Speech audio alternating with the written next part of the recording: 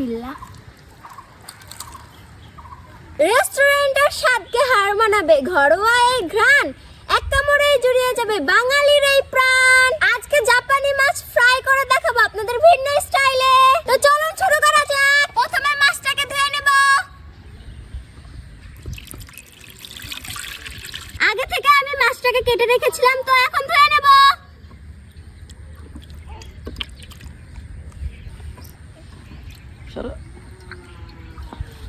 আমার মাছ ধোয়া শেষ।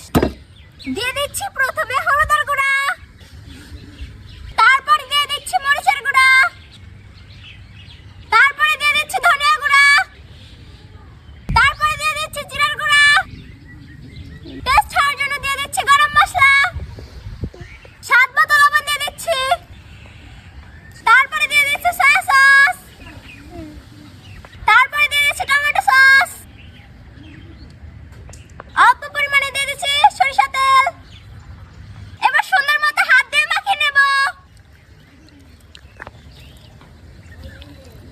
যে সুন্দর ঘ্রাণ বেরিয়েছে বন্ধুরা, এখনই খেতে ইচ্ছে করছে। আপনারা ট্রাই করবেন মশলাটা বেশি দেওয়ার জন্য, যেন টেস্টটা বেশি হয়।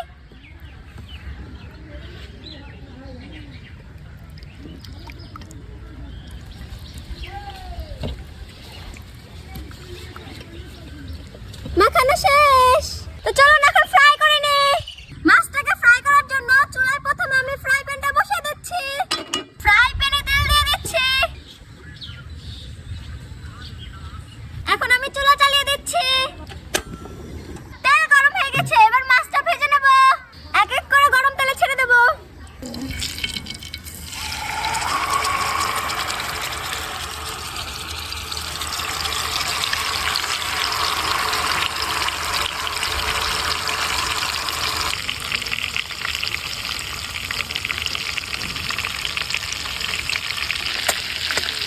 মাছটা আমি উল্টে দেব।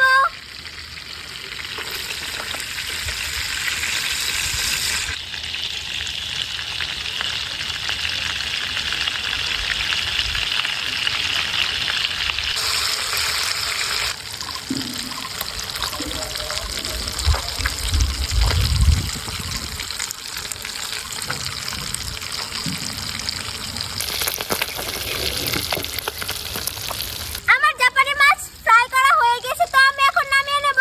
কিন্তু দেখুন বন্ধুরা, একটু ভেঙেও গিয়েছে, কিন্তু টেস্টটা কিন্তু অনেক সুন্দর। এবার নামিয়ে নেব।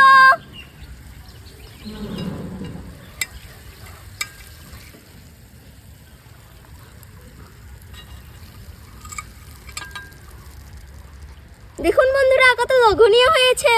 চলুন এবার খেয়ে জানাচ্ছি কেমন হয়েছে। বিসমিল্লাহ। সেই স্বাদ।